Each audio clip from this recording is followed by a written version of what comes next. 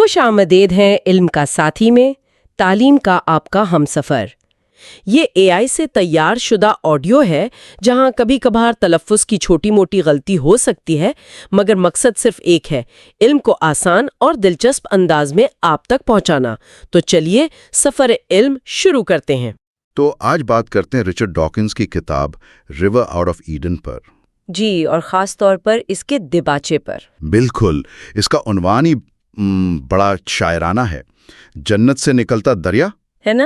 ایسا لگتا ہے جیسے کوئی شاعری کی کتاب ہو، لیکن یہ ہے تو سائنس پر۔ تو یہ آخر کیسا دریا ہے؟ دراصل یہ کتاب کا مرکزی استعارہ ہے۔ ڈاکنز کہتے ہیں کہ یہ ڈی این اے کا دریا ہے۔ ڈی این اے کا دریا؟ جی، یوں سمجھیں کہ ایک دریا ہے جو عارضیاتی وقت میں بہہ رہا ہے، مطلب لاکھوں کروڑوں سال سے۔ اچھا۔ اور جیسے دریا کی شاخیں نکلتی ہیں ویسے ہی اس کی بھی شاخیں پھوٹتی رہی ہیں۔ ہر نوع مطلب ہر سپیسیز اس دریا کی ایک الگ شاخ ہے۔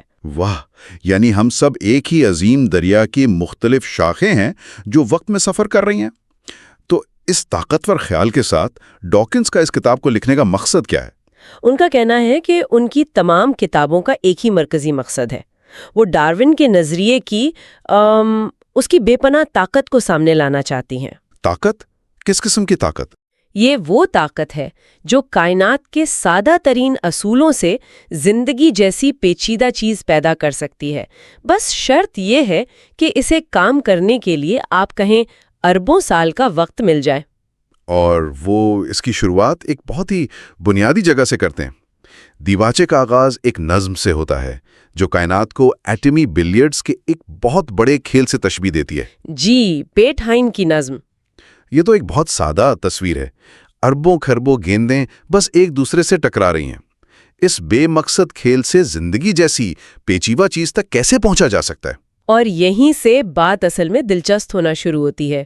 ڈاکنز کہتے ہیں کہ فرض کریں اس بے ترتیب کھیل میں اربوں سال بعد اچانک کوئی ایسی چیز وجود میں آ جاتی ہے جو اپنی کاپی خود بنا سکتی ہے۔ اپنی نقل؟ جی، سیلف ریپلیکیشن۔ یہ کوئی جادو نہیں بلکہ طبیعت کے اصولوں کے تحت ہونے والا ایک انتہائی نایاب واقعہ ہے۔ جس لمحے یہ خود نقلی شروع ہوئی، کائنات میں ایک نیا کھیل شروع ہو گیا۔ تو یہی وہ لمحہ ہے جہاں سے ڈارون کا انجن سٹارٹ ہوتا ہے؟ بالکل، اسی کو ہم زندگی کہتے ہیں۔ کمال ہے، یعنی اربوں سال کے بے مقصد ٹکراؤ میں سے اچانک ایک ایسا ذرہ پیدا ہوا اور بس وہیں سے زندگی کا دھماکہ ہو گیا۔ تو ڈاکنز کے لیے یہ نظریہ صرف سائنس نہیں، اس میں ایک قسم کی شاعری بھی ہے۔ بالکل، وہ تو یہاں تک کہتی ہیں کہ اس سائنسی داستان میں دنیا کی قدیم ترین تخلیقی داستانوں سے بھی زیادہ گہرائی اور حسن ہے۔ وہ مثال دیتی ہیں مائٹوکونڈریل ایو کی۔ او ہاں، مائٹوکونڈریل ایو، یہ وہ سائنسی تصور ہے نا کہ آج دنیا کی تمام عورتوں کا تعلق ہماری ایک ہی قدیم ترین پڑنانی سے جڑتا ہے۔ بالکل وہی، اور ڈاکنز کہتی ہیں کہ اس سائنسی ایو میں بائبل کی اساطیری حوا سے کہیں زیادہ شاعری اور حقیقت کا حسن ہے۔ تو پھر اس سب کا نچوڑ کیا ہے؟ اگر زندگی کا آغاز ایک حادثاتی خود نقلی سے ہوا تو اس کا مقصد کیا ہے؟ یہ جو ہمیں ہر طرف ڈیزائن نظر آتا ہے، پرندے کا پر، انسان کی آنکھ، اس کی کیا حیثیت ہے؟ ڈاکنز اس کا جواب بڑے واضح انداز میں دیتی ہیں۔ وہ کہتی ہیں کہ زندگی کی دو خصوصیات ہمیں سب سے زیادہ حیران کرتی ہیں۔ ایک اس کی پیچیدگی، جو کسی مقصد کے تحت بنائی گئی لگتی ہے۔ جی، اور دوسرا اس کا بے پناہ تنوع۔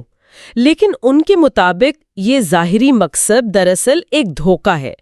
اصل مقصد صرف ایک ہے، ڈی این اے کی معلومات کو اگلی نسل تک پہنچانا۔ ایک منٹ، یعنی جسے ہم زندگی گزارنے کے طریقے کہتے ہیں وہ دراصل ڈی این اے پر مبنی تحریروں کو مستقبل میں منتقل کرنے کے طریقے ہیں۔ یہی ان کا نقطہ ہے۔ مطلب ہم سب، انسان، جانور، پودے، صرف ڈی این اے کے پیغام کو آگے پہنچانے والی گاڑیاں ہیں۔ یہ خیال تو بہت سے لوگوں کے لیے پریشان کن ہو سکتا ہے۔ یہ واقعی ایک گہرا اور چونکا دینے والا خیال ہے، اور یہی ڈاکنز کی تحریر کی طاقت ہے۔ تو خلاصہ یہ ہے کہ کائنات کے ایک سادہ سے طبیعتی کھیل میں خود نقلی کی ایک خاصیت پیدا ہوتی ہے۔ اس سے ڈارون کے ارتقاء کی وہ قوت جنم لیتی ہے جسے ڈاکنز ڈی این اے کے ایک خوبصورت دریا سے تشبیہ دیتے ہیں۔ جی، اور اس دریا کا واحد مقصد آگے بہتے رہنا ہے۔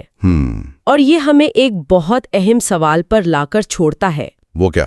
اگر زندگی کا بنیادی محرک صرف ڈی این اے کی عبارت کو آگے بڑھانا ہے تو پھر اس ظاہری مقصد کا کیا ہوگا جو ہمیں اپنے ارد گرد پیچیدہ اعضاء میں نظر آتا ہے، جیسا کہ دیباچے میں آنکھ کے ارتقاء کا ذکر ہے، جو کہ انتہائی کمال اور پیچیدگی کی مثال ہے۔ بالکل۔ تو کیا آنکھ کا مقصد واقعی دیکھنا ہے یا صرف ڈی این اے کو زندہ رہنے میں مدد دینا ہے تاکہ وہ اپنی کاپی بنا سکے؟ اگر پوڈ کاسٹ سنتے سنتے آپ کا دماغ ہاں یار یہ تو کمال کا کانٹینٹ ہے کہہ رہا ہے تو بھائی پھر لائک ضرور کرو، شیئر کر دو دوستوں کے ساتھ، اور ہاں سبسکرائب کا بٹن دبانا مت بھولنا، ورنہ اگلی دفعہ یہ علم کا خزانہ مس بھی ہو سکتا ہے۔ اور آج ہم اس کتاب کے پہلے باب پر تفصیلی بات کریں گے جس کا عنوان ہی ڈیجیٹل دریا ہے۔ جی، اور یہ باب ایک بہت ہی طاقتور خیال سے شروع ہوتا ہے جو ہمارے وجود کے بارے میں سوچنے کا انداز بدل دیتا ہے۔ یہ ہمیں بتاتا ہے کہ ہم سب اور ہر زندہ چیز ایک ایسی وراثت کا حصہ ہے جو کبھی ٹوٹی ہی نہیں۔ آئیے اسی نقطے سے شروع کرتے ہیں۔ یہ خیال کہ ہم سب کامیاب آبا و اجداد کی اولاد ہیں سننے میں بہت سادہ لگتا ہے۔ ہاں لگتا تو ہے، لیکن جب آپ اس کی گہرائی میں جاتے ہیں تو یہ حیران کن ہے۔ کتاب کہتی ہے کہ ہم میں سے ہر کوئی فخر سے یہ کہہ سکتا ہے کہ اس کا کوئی بھی جد آمجد بچپن میں نہیں مرا۔ صرف یہی نہیں بلکہ وہ سب والے ہوئے اور ہر ایک نے کم از کم ایک بار کامیابی سے نسل بڑھائی۔ ذرا سوچئے، اربوں سالوں پر پھیلی اس زنجیر میں ایک بھی کڑی ٹوٹی نہیں۔ بالکل۔ ہمارے آباؤ اجداد کے لاکھوں کروڑوں ہم اثر تھے جو ایسا نہیں کر سکے۔ وہ شکار ہو گئے، بیمار پڑ گئے یا شاید ساتھی تلاش کرنے میں ناکام رہے، لیکن ہماری لکیر میں موجود ہر ایک فرد کامیاب ہوا۔ تو اس کا مطلب یہ ہوا کہ ہم سب حیاتیاتی طور پر ایک طرح کی تولیدی اشرافیہ ہیں، پروجینیٹوریل ایلیٹ۔ بالکل، کتاب یہی لفظ استعمال کرتی ہے۔ ہمارے آباؤ اجداد وہ تھے جو ہر مقابلے میں جیتے۔ یہ تو ڈاروینزم کا عملی خلاصہ ہے نا، کہ دنیا ان جانداروں سے بھر جاتی ہے جن کے آباء و اجداد نسل بڑھانے میں کامیاب رہے۔ جی ہاں، بالکل یہی ہے، کامیابی ہی کامیابی کو جنم دیتی ہے۔ لیکن یہاں کتاب ایک بہت بڑی غلط فہمی کو دور کرتی ہے۔ کون سی غلط فہمی ہے؟ ہم اکثر سوچتے ہیں کہ شاید ہمارے آباء و اجداد نے اپنی زندگی میں جو کچھ سیکھا یا حاصل کیا اس سے ان کے جینز بہتر ہو گئے۔ ہاں، جیسے وہ زرافے والی مثال کہ وہ گردن لمبی کرنے کی کوشش کرتا رہا تو اس کے بچوں کی گردن لمبی پیدا ہونے لگی۔ جی، یہ لامارک کا نظریہ تھا جو اب مکمل طور پر رد ہو چکا ہے۔ کتاب واضح کرتی ہے کہ جینز استعمال سے بہتر نہیں ہوتے۔ ایسا نہیں ہے کہ آپ کی کامیابیاں آپ کے ڈی این اے کو اپ گریڈ کر دیتی ہیں۔ اچھا، تو یہ کلیدی نقطہ ہے۔ جی، اچھی جینز کامیابی کا سبب بنتی ہیں، کامیابی اچھی جینز نہیں بناتی۔ ہر نسل ایک چھلنی کی طرح کام کرتی ہے۔ چھلنی کی طرح؟ یوں سمجھے کہ جو جاندار اچھے جینز کی وجہ سے زندہ رہنے اور نسل بڑھانے میں کامیاب ہوتے ہیں ان کے جینز چھن کر اگلی نسل میں چلے جاتے ہیں، اور جن کے جینز کمزور ہوتے ہیں وہ اس چھلنی میں ہی رہ جاتے ہیں۔ جینز صرف منتقل ہوتے ہیں، وہ سیکھتے نہیں ہیں۔ یہ بات سمجھ آتی ہے، لیکن پھر ان جانداروں کا کیا ہوتا ہے جو خود تو نسل نہیں بڑھاتے؟ جیسے شہد کی مکھیوں یا چیونٹیوں کی کالونی میں جو کارکن ہوتی ہیں وہ تو بانجھ ہوتی ہیں، ان کے جینز تو وہیں ختم ہو جانے چاہیے۔ یہ ایک بہترین سوال ہے اور کتاب اس کی بڑی دلچسپ وضاحت کرتی ہے۔ وہ کارکن اپنی جینز کو براہ راست نہیں بلکہ بالواسطہ طور پر آگے بڑھاتی ہیں۔ بالواسطہ طور پر کیسے؟ وہ اپنی ملکہ کی خدمت کرتی ہیں جو ان کی ماں یا بہن ہوتی ہے۔ ملکہ جو بچے پیدا کرتی ہے ان میں ان کارکنوں کے جینز کا ایک بڑا حصہ موجود ہوتا ہے۔ اچھا، تو وہ اپنے بھتیجوں اور بھانجیوں کی پرورش کر کے دراصل اپنے ہی جینز کو اگلی نسل میں منتقل کر رہی ہوتی ہیں۔ بالکل، یہ ایک اجتماعی حکمت عملی ہے۔ یہ انفرادی بقا کا معاملہ نہیں بلکہ جینز کی بقا کا معاملہ ہے۔ واہ! اور یہیں سے کتاب جینز کا دریا کا استعارہ متعارف کراتی ہے۔ یہ کوئی عام دریا نہیں جو جگہ میں بہتا ہو، بلکہ یہ وقت میں بہنے والا دریا ہے۔ جی، یہ گوشت اور ہڈیوں کا نہیں بلکہ خالص معلومات کا دریا ہے، یعنی ڈی این اے۔ اور سب سے اہم بات یہ ہے کہ یہ معلومات ان جسموں سے متاثر نہیں ہوتی جن میں سے یہ گزرتی ہیں۔ یہ تو بہت گہری بات ہے۔ مطلب ہمارے جسم اس دریا کے لیے صرف ایک عارضی ٹھکانے ہیں، اور کتاب یہ بھی کہتی ہے کہ جب والدین کے جینز ملتے ہیں تو وہ آپس میں گھل مل نہیں جاتے۔ نہیں، وہ مکس نہیں ہوتے۔ یہ مینڈلین جینیات کا بنیادی اصول ہے۔ آپ کے اندر موجود جینز یا تو آپ کی والدہ سے آئے ہیں یا والد سے، ان کا کوئی امتزاج نہیں بنا۔ اچھا، ان کے اثرات مل کر ظاہر ہو سکتے ہیں، لیکن جینز خود اپنی ڈیجیٹل شناخت برقرار رکھتے ہیں۔ ہر جین ایک الگ اکائی ہے جو نسل در نسل سفر کرتا ہے۔ کتاب میں ایک اور دلچسپ اصطلاح استعمال کی گئی ہے، اچھے ساتھی، گڈ کمپینینز۔ میں تو ہمیشہ سوچتا تھا کہ جینز کے درمیان ایک جنگ چل رہی ہے، سروائیول آف دا فٹسٹ والی، لیکن یہ کتاب کہہ رہی ہے کہ وہ ٹیم کے کھلاڑی بھی ہیں۔ یہ بہت اہم نکتہ ہے۔ کسی ایک جین کی کامیابی صرف اس کی اپنی خوبی پر منحصر نہیں ہوتی۔ تو پھر کس بات پر ہوتی ہے؟ اس بات پر بھی ہوتی ہے کہ وہ دوسرے جینز کے ساتھ مل کر کتنی اچھی طرح کام کرتا ہے۔ ایک شیر کے جینز کو شیر کے دوسرے جینز کے ساتھ ہم آہنگ ہونا پڑتا ہے تاکہ وہ ایک کامیاب شیر بنا سکیں۔ صحیح۔ اسی لیے ایک نوع یعنی سپیشیز کی تعریف ہی یہی ہے کہ اس کے تمام اراکین ایک ہی جین پول یا جینز کے دریا کا حصہ ہوتے ہیں، اور اس دریا کے تمام جینز کو ایک دوسرے کا اچھا ساتھی ہونا چاہیے۔ اور جب یہ دریا تقسیم ہو جاتا ہے تو ایک نئی نوع وجود میں آتی ہے۔ کتاب اس عمل کو لمبی جدائی یا دی لانگ گڈ بائی کہتی ہے۔ یہ کیسے ہوتا ہے؟ دیکھیں، اس کی سب سے عام وجہ جغرافیائی علیحدگی ہے۔ فرض کریں کہ گلہریوں کی ایک آبادی ہے اور ان کے بیچ میں ایک بہت بڑی ندی بن جاتی ہے، یا کوئی پہاڑی سلسلہ ابھر آتا ہے۔ جی، اب یہ آبادی 2 حصوں میں بٹ گئی، ان کے درمیان رابطہ ختم ہو گیا۔ اور وقت کے ساتھ ساتھ دونوں طرف کے دریا الگ الگ سمت میں بہنے لگتے ہیں۔ ان میں مختلف میوٹیشنز ہوتی ہیں اور ماحول بھی مختلف ہوتا ہے۔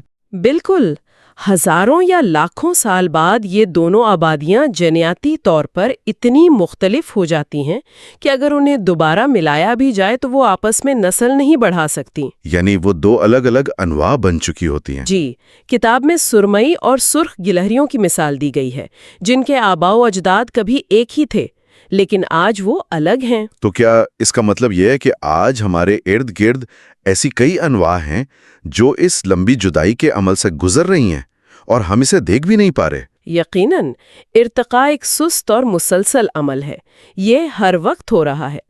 کتاب ایک اور دلچسپ بات کی طرف اشارہ کرتی ہے۔ وہ کیا ہے؟ کہ جب ماضی میں بڑی تقسیمیں ہوئیں، جیسے ہمارے آباء و اجداد یعنی ممالیہ جانوروں کی دوسرے جانوروں سے علیحدگی، تو وہ اس وقت کوئی بہت بڑا یا ڈرامائی واقعہ نہیں تھا۔ یہ بات مجھے بہت دلچسپ لگی۔ ہم ماضی کو دیکھتے ہوئے سوچتے ہیں کہ وہ ایک عظیم الشان لمحہ ہوگا جب پہلے ممالیہ جانور کا ظہور ہوا، شاید ایک چھوٹے سے چھچھندر جیسا جانور تھا جو اپنے رشتہ داروں سے کچھ زیادہ مختلف نہیں تھا۔ جی، ہمیں بعد میں تاریخ کو دیکھ کر لگتا ہے کہ یہ ایک فیصلہ کن موڑ تھا۔ کتاب کہتی ہے کہ بنیادی جسمانی منصوبہ یا باؤ پلان کا تصور ہمیں گمراہ کر سکتا ہے۔ ایسا نہیں ہے کہ قدرت نے پہلے سے کوئی نقشہ بنا رکھا تھا۔ اچھا، تو اگر جینز نسل در نسل اپنی شناخت برقرار رکھتے ہیں اور ایک دریا کی طرح بہتے ہیں تو یہ واقعی ایک دریا کی طرح لگتے ہیں، لیکن یہ دریا کس چیز کا بنا ہے؟ کتاب کہتی ہے یہ خالص معلومات ہے، اور وہ بھی ڈیجیٹل۔ یہ اس باب کا مرکزی خیال ہے۔ ہاں، اور یہ سمجھنا بہت ضروری ہے۔ کتاب اینالوگ اور ڈیجیٹل معلومات میں فرق بتاتی ہے۔ پرانے زمانے کی کیسٹ ٹیپ اینالوگ تھی۔ صحیح، جب آپ اس کی کاپی بناتے تھے تو کوالٹی خراب ہوتی جاتی تھی۔ جی، ہر اگلی کاپی پچھلی سے بدتر ہوتی تھی، اور اگر آپ ہزاروں کاپیاں بناتے تو آخر میں صرف شور ہی بچتا رہا۔ بالکل، اس کے برعکس ایک کمپیوٹر فائل یا سی ڈی ڈیجیٹل ہے۔ آپ اس کی ایک کاپی بنائیں یا 1 ارب، ہر کاپی بالکل اصل جیسی ہوگی، فیصد کامل۔ جی، کتاب کہتی ہے کہ زندگی کی بنیاد یعنی جینیٹک کوڈ مکمل طور پر ڈیجیٹل ہے۔ 1 منٹ، یہ تو بہت بڑی بات ہے۔ اس کا مطلب ہے کہ زندگی کی بنیاد شاعری سے زیادہ کمپیوٹر کوڈ کی طرح ہے۔ یہ تو سب کچھ بدل دیتا ہے۔ یہی اس کتاب کا سب سے بڑا انکشاف ہے۔ یہ ایک 4 حرفی کوڈ ہے، کوارٹنری کوڈ۔ یہ بالکل کمپیوٹر کے 0 اور 1 والے بائنری کوڈ جیسا ہے۔ فرق صرف اتنا ہے کہ زندگی کا کوڈ 2 کے بجائے 4 حرف استعمال کرتا ہے، A، T، C اور G۔ جی، پوری انسانیت، ہر جانور، ہر پودا، سب کچھ صرف ان 4 حروف کی مختلف ترتیب سے لکھا گیا ہے۔ اس کا مطلب ہے کہ جینز خالص معلومات ہیں، اور چونکہ یہ معلومات ڈیجیٹل ہیں اس لیے یہ لاکھوں کروڑوں نسلوں تک بغیر کسی خرابی کے کاپی ہو سکتی ہیں۔ آپ نے بالکل صحیح پکڑا۔ اگر ایسا نہ ہوتا تو ارتقاء کا کوئی مستقل راستہ ہی نہ ہوتا، ہر نسل میں معلومات خراب ہو جاتی۔ بالکل، ڈارون کا نظریہ ارتقاء صرف اسی لیے ممکن ہے کہ جینز کی کاپی کا عمل تقریباً کامل ہے۔ 1953 میں واٹسن اور کرک کی ڈی این اے کی ساخت کی دریافت نے زندگی کے بارے میں تمام پر اسرار خیالات کو ختم کر دیا اور اسے ٹھوس ڈیجیٹل سائنس بنا دیا۔ لیکن اگر جینز صرف معلومات ہیں تو پھر یہ جسم، ہاتھ، پاؤں، دماغ، یہ سب کیا ہیں؟ کیا ہم صرف اس ڈیجیٹل دریا کے کنارے ہیں؟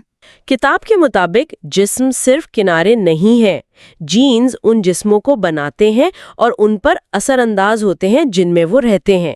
جسم ایک انتہائی پیچیدہ مشین ہے جسے یہ ڈیجیٹل کوڈ خود بناتا ہے۔ ایک اکیلے خلیے سے شروع ہو کر؟ جی، ایک فرٹیلائزڈ ایگ سے شروع ہو کر یہ کوڈ ایک پورے جاندار کو تعمیر کرتا ہے۔ یہ کیسے ہوتا ہے؟ ایک ہی کوڈ سے جگر کے خلیے، دماغ کے خلیے اور ہڈی کے خلیے کیسے بن جاتے ہیں؟ کتاب میں اس کے لیے بوٹ سٹریپنگ کی مثال دی گئی ہے۔ جی، جس طرح ایک پرانے کمپیوٹر کو چلانے کے لیے ایک چھوٹا سا پروگرام لوڈ کرنا پڑتا تھا جو پھر بڑے آپریٹنگ سسٹم کو لوڈ کرتا تھا۔ صحیح۔ اسی طرح ایمبریو کی نشوونما بھی ہوتی ہے۔ شروعات میں انڈے کے اندر کیمیکلز کا تھوڑا سا فرق ہوتا ہے، ایک طرف زیادہ اور دوسری طرف کم۔ جب پہلا خلیہ تقسیم ہوتا ہے تو دونوں نئے خلیوں کو مختلف کیمیکل ماحول ملتا ہے۔ اور یہ کیمیکل ماحول مختلف جینز کو آن یا آف کر دیتا ہے؟ بالکل، یہ ایک زنجیری رد عمل شروع کر دیتا ہے۔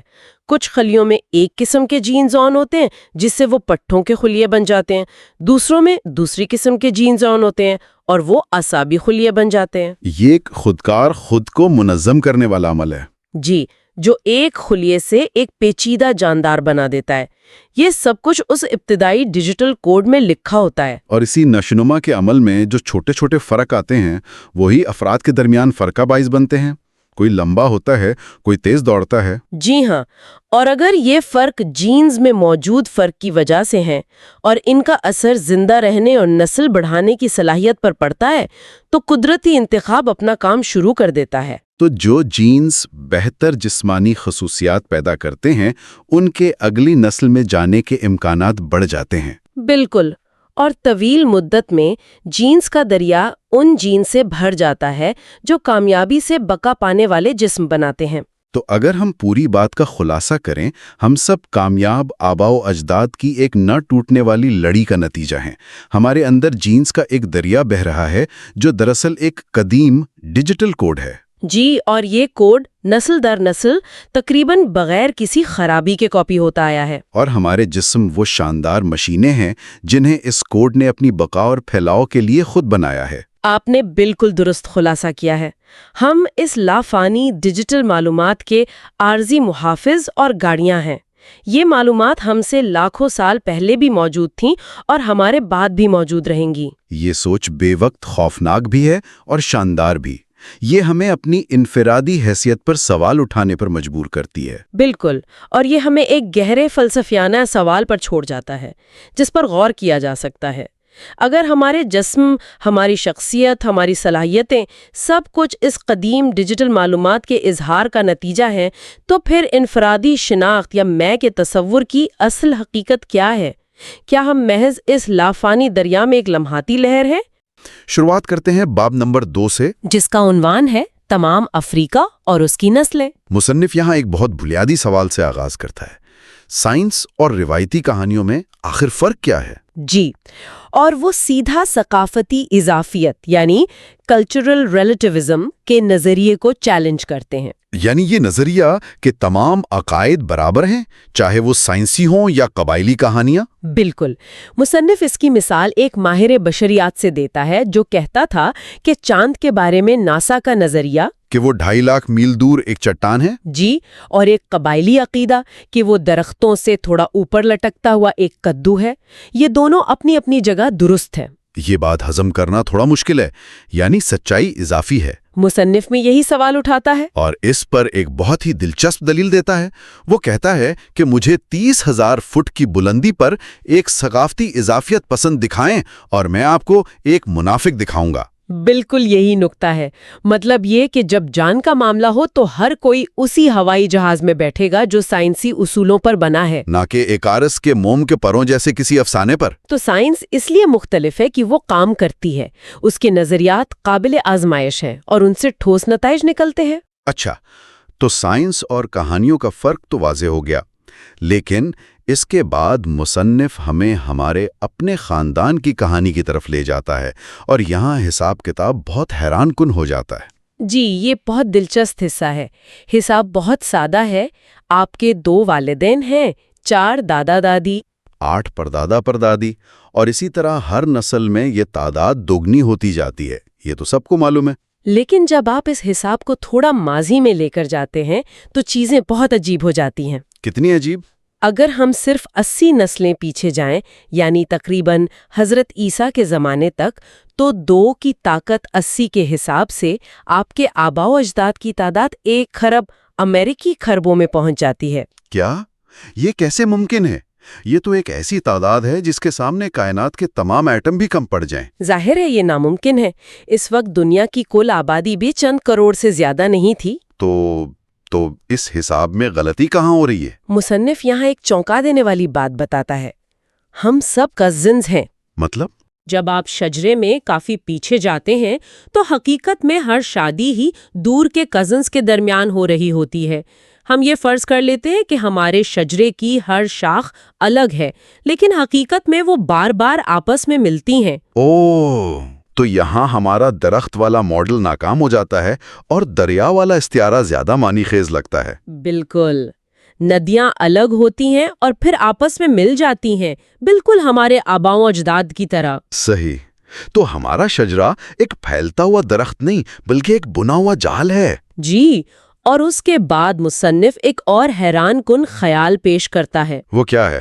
وہ کہتا ہے کہ اگر آپ وقت میں کافی پیچھے چلے جائیں تو اس وقت زندہ کوئی بھی شخص یا تو آج زندہ تمام انسانوں کا جد امجد ہوگا، یا پھر کسی کا بھی نہیں ہوگا. درمیان کی کوئی صورتحال نہیں ہے. کوئی نہیں ہے. یہ کیسے ممکن ہے؟ اس کی دلیل بہت منطقی ہے. فرض کریں 350 ملین سال پہلے ایک مچھلی تھی. ٹھیک ہے. اگر وہ میری جد امجد ہے تو کیا یہ ممکن ہے کہ وہ آپ کی نہ ہو؟ شاید نہیں. اگر ایسا ہے تو اس کا مطلب یہ ہوگا کہ آپ اور میں 2 الگ الگ مچھلیوں سے ارتقاء کرتے ہوئے آج ایسے انسان بن گئے جو بالکل ایک جیسے دکھتے ہیں اور آپس میں نسل بڑھا سکتے ہیں. یہ تو شماریاتی طور پر ناممکن لگتا ہے. بالکل. اس لیے اگر وہ مچھلی ہم میں سے کسی ایک کی بھی جد امجد ہے تو اسے ہم سب کا جد امجد ہونا پڑے گا. واہ، یہ تو واقعی سوچنے پر مجبور کرنے والی بات ہے. تو اصل سوال یہ نہیں کہ ہمارا کوئی مشترکہ جد امجد ہے یا نہیں، بلکہ یہ ہے کہ وہ شخص یا مخلوق کتنی پرانی ہے. جی، اور اس کا جواب ہمیں ملتا ہے ڈی این اے میں. یعنی ہماری خاندانی تاریخ کی کتاب. بالکل. مصنف ڈی این اے کو ایک ایسی تاریخی دستاویز کہتا ہے جو نسل در نسل نقل ہوتی رہتی ہے، مگر اس دستاویز کو پڑھنے میں ایک بہت بڑی مشکل ہے. اور وہ مشکل کیا ہے؟ وہ ہے جنس، سیکس. مصنف اسے آرکائچسٹ کا ڈراؤنا خواب کہتا ہے. ڈراؤنا خواب؟ وہ کیوں؟ کیونکہ جب مرد اور عورت سے ڈی این اے ملتا ہے تو وہ اس طرح آپس میں گڑمڑ ہو جاتا ہے جیسے آپ نے 2 الگ الگ کتابوں کے صفحات پھاڑ کر ایک ساتھ چپکا دیے ہوں. تو جنس وہ جگہ ہے جہاں دریا کی 2 بڑی شاخیں آ کر ملتی ہیں اور ان کا پانی گڑمڑ ہو جاتا ہے. اور اس سے کسی ایک شاخ کا سراغ لگانا تقریباً ناممکن ہو جاتا ہے. لیکن سائنسدانوں نے اس سے بچنے کے 2 ہوشیار طریقے ڈھونڈ نکالے ہیں. اچھا، وہ کیا ہیں؟ پہلا طریقہ انواع یعنی سپیشیز کا موازنہ کرنا ہے، کیونکہ وہ آپس میں نسل نہیں بڑھا سکتی. ٹھیک ہے. سائنسدانوں نے ایک بہت دلچسپ چیز دریافت کی جسے وہ مالیکولر کلاک کہتے ہیں. Molecular clock? یہ کیا چیز ہے؟ اس کا بنیادی خیال یہ ہے کہ ڈی این اے میں چھوٹی چھوٹی غلطیاں یعنی میوٹیشنز وقت کے ساتھ ایک مستقل رفتار سے جمع ہوتی رہتی ہیں. جیسے ایک گھڑی جو ہر چند ہزار سال بعد ٹک کرتی ہے. بالکل. تو اگر ہم 2 انواع کے ڈی این اے میں ان ٹکس کی تعداد گن لیں تو ہم اندازہ لگا سکتے ہیں کہ انہیں الگ ہوئے کتنا عرصہ گزرا ہے. یعنی اگر انسانوں اور گھوڑوں کے ڈی این اے میں 12 ٹکس کا فرق ہے اور انسانوں اور بندروں میں صرف 1 ٹک کا، تو اس کا مطلب ہے کہ بندروں سے ہماری علیحدگی بہت حال ہی میں ہوئی ہے۔ صحیح، لیکن یہ طریقہ تو ہمیں انواع کے بارے میں بتاتا ہے، کسی ایک نوع کے اندر کے آبا و اجداد کے بارے میں نہیں۔ جی، اس کے لیے ہمیں دوسرے راستے کی ضرورت ہے، اور یہی وہ راستہ ہے جو ہمیں سیدھا افریقی ہوا تک لے جاتا ہے۔ اور وہ راستہ کیا ہے؟ وہ راستہ ہمارے خلیوں کے اندر موجود ہے، جسے مائٹوکونڈریا کہتے ہیں۔ یہ چھوٹی چھوٹی بیٹریاں ہیں جو ہمارے خلیوں کو توانائی دیتی ہیں۔ اور ان کا ہماری خاندانی تالیف سے کیا تعلق؟ ان کا اپنا ڈی این اے ہوتا ہے، جسے مائٹوکونڈریل ڈی این اے یا MT DNA کہتے ہیں، اور سب سے اہم بات یہ ہے کیا؟ کہ یہ ڈی این اے صرف اور صرف ماں سے بچوں میں منتقل ہوتا ہے۔ والد کے سپرم کا مائٹوکونڈریا انڈے میں داخل نہیں ہو پاتا۔ اوہ، تو اس کا مطلب ہے کہ یہ ڈی این اے جنسی ملاپ کے گڈمڈ ہونے والے عمل سے مکمل طور پر محفوظ رہتا ہے؟ بالکل، یہ خالصتاً زنانہ نسب کا ایک صاف ستھرا غیر ملاوٹی ریکارڈ ہے، جو ماں سے بیٹی، پھر اس کی بیٹی، اور اسی طرح نسل در نسل چلتا ہے۔ یعنی یہ ایک ایسی ندی ہے جو دریا کے مرکزی بہاؤ میں شامل ہوئے بغیر الگ بہتی ہے۔ آپ نے بالکل صحیح کہا۔ اسی ریکارڈ کو استعمال کر کے ایلن ولسن اور ان کی ٹیم نے ایک انقلابی تحقیق کی۔ انہوں نے کیا کیا؟ انہوں نے دنیا بھر سے 145 خواتین کا MTNA لیا اور کمپیوٹر کی مدد سے ان کا خاندانی شجرہ بنایا۔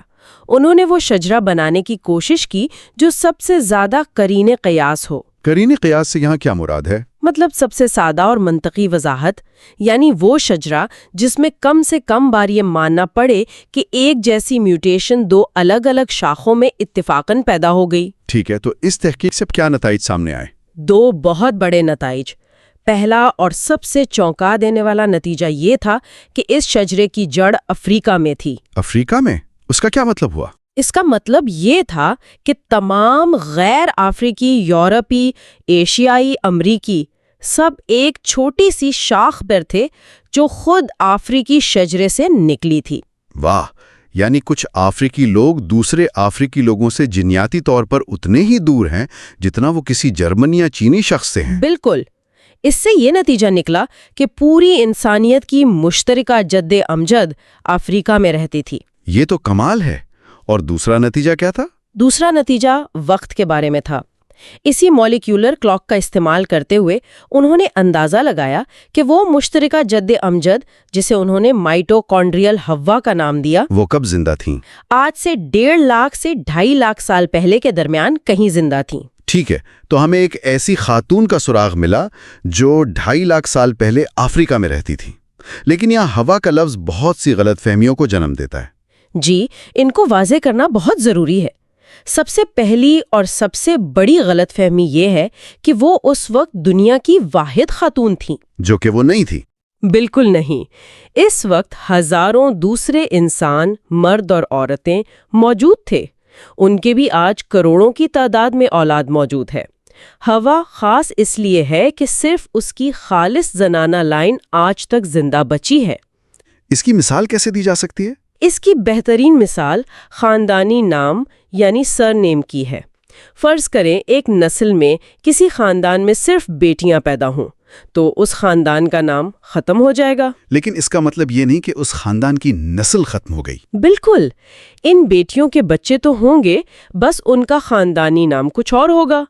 اسی طرح ہوا کے زمانے کی دوسری خواتین کی بھی نسل چلی، لیکن ان کی مائٹوکونڈریل لائن کسی مرد کے ذریعے آگے بڑھنے پر ختم ہو گئی۔ ٹھیک ہے، یہ بات سمجھ میں آ گئی۔ تو وہ واحد خاتون نہیں تھی۔ دوسری غلط فہمی کیا ہے؟ دوسری غلط فہمی یہ ہے کہ وہ ہماری سب سے قریبی مشترکہ جد امجد ہیں، یعنی موسٹ ریسنٹ کامن اینسیسٹر۔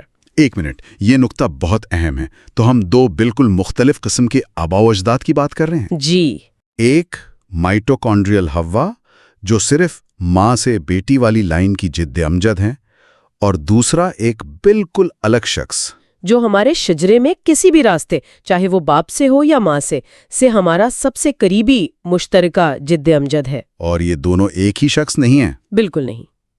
ہمارا حقیقی سب سے قریبی مشترکہ جد امجد، جسے مصنف فوکل اینسیسٹر کہتا ہے، شاید ہوا کے بہت بعد کا زمانے میں رہا ہو، اور زیادہ امکان یہی ہے کہ وہ مرد تھا۔ مرد کیوں؟ اس کی کوئی خاص وجہ؟ اس کی وجہ سادہ ریاضی ہے۔ مرد جسمانی طور پر اپنی زندگی میں عورتوں کے مقابلے میں کئی زیادہ بچے پیدا کر سکتے ہیں۔